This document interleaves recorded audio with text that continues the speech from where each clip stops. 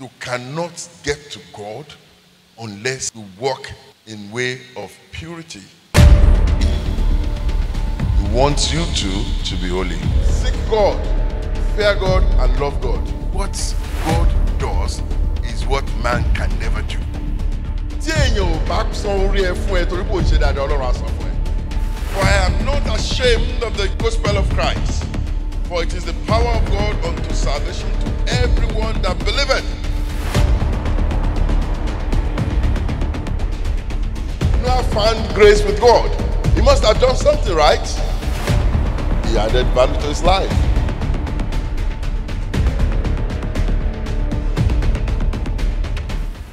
Wọ́n fẹ́ sọ̀rọ̀ lórí agbára tó wà nínú ìdáríjì àti ìṣerere.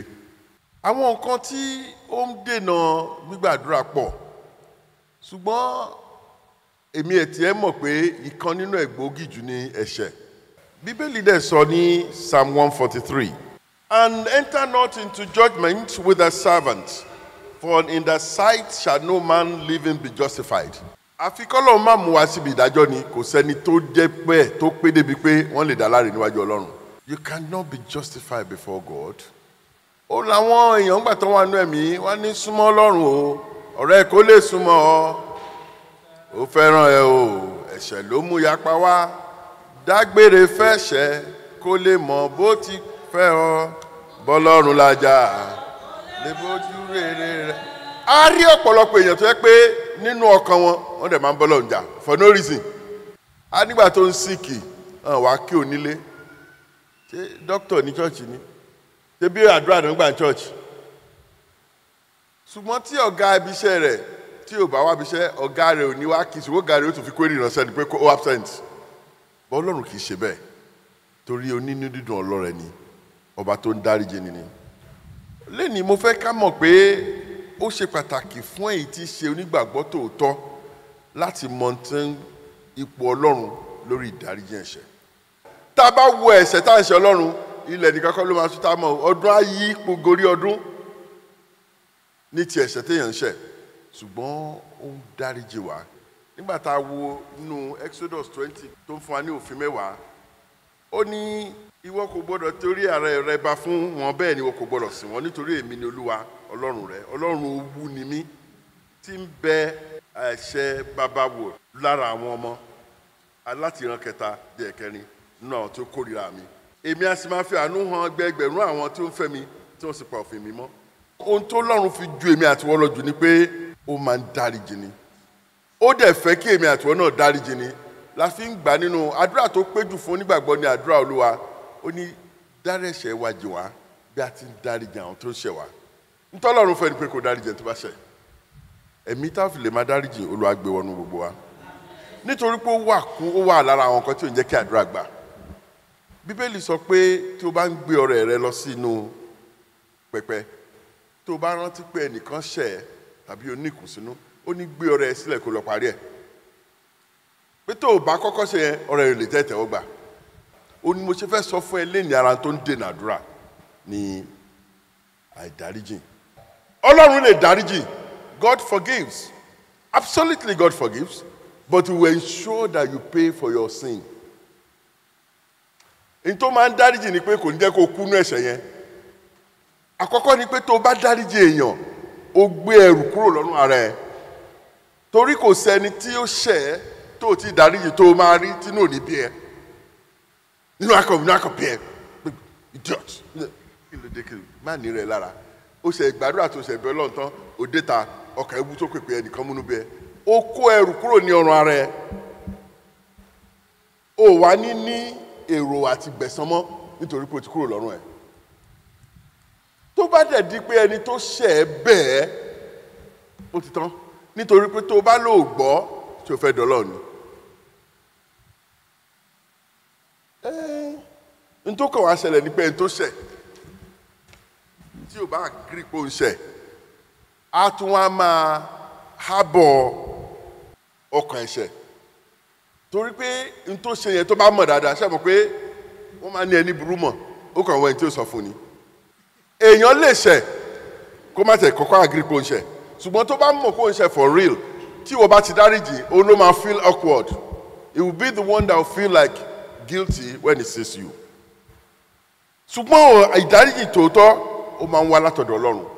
Ó nìkan ló lè dáríjì ni. Àfẹ́ni tí Jésù bá fún ní àṣẹ láti dáríjì pé when you forgive, you forgive.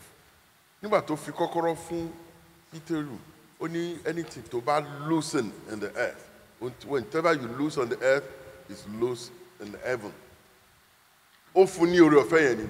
Bọ́ ẹni tó lè ṣe ohun gbogbo, ó nìkan ni Ọlọ́run.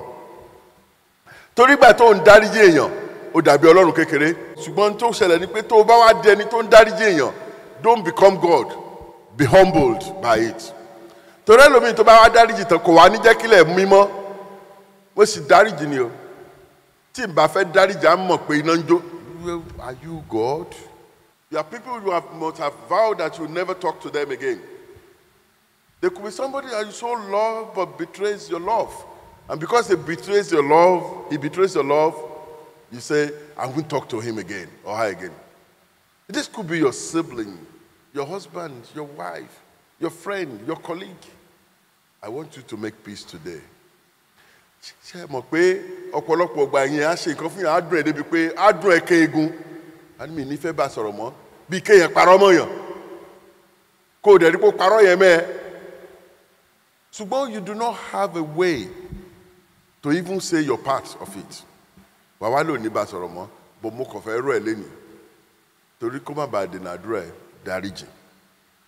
The beauty in forgiveness is that it takes away the load on your neck and it sets the fellow that is a sin free. If you don't do that, God himself may not forgive you. And I'll prove that to you. Jesus demonstrated that it is important that we should forgive. And there is power in forgiveness even on the cross. In the book of Luke chapter 23 verse 34. Níbi tí Jésù ti fi àpẹẹrẹ lélẹ̀ pé ó yẹ ká máa dáríjì ènìyàn àti agbára tó wà nínú dáríjì. Mo ń sọ̀rọ̀ nípa the power of forgiveness and doing good or goodness.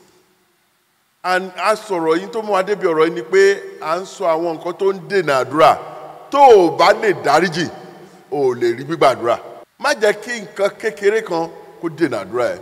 Ìdáríjì ẹ̀ṣẹ̀ jẹ́ ìkan nínú ìjẹ́wọ́ ìgbàgbọ́, article of faith, our confession of faith. A ní mo gbọ́ Ọlọ́run ọba Olódùmarè gbọ́, ẹlẹ́dàá ọ̀run ayé, mo gba Jésù Kristi gbọ́, ọmọ rẹ̀ kan ṣoṣo Olúwa wa, ẹni tí a fẹ́ mímọ́ lóyún, ẹni tí a bínú Màríà wúndé, ẹni tó jìyà lọ́wọ́ Pọ́ńtì Pílátù, ẹni tí a kàn má àgbélébùú, ẹni tí ó kú tí a sì sìn. Ó sọ̀kalẹ̀ rẹ̀ ipò òkú ní ìjọ́ kẹta ó jíǹde kúrò ní òkú, ó ròkè ọ̀run, ó sì jókòó lọ́wọ́ ọ̀tún baba Olódùmarè. Ibẹ̀ láti ṣe ìdájọ́ àyẹ̀wò òkú, mo gbẹ̀ mímọ́ gbọ́, ìjọ Christ Arrival mímọ́, ìdáríjì ẹ̀ṣẹ̀, àjíǹde ara ní ìsàkú àti ìyè tí kò ní pẹ̀kun. Tó o bá ti máa dáríjì, then o ní problem pẹ̀lú your confession of faith.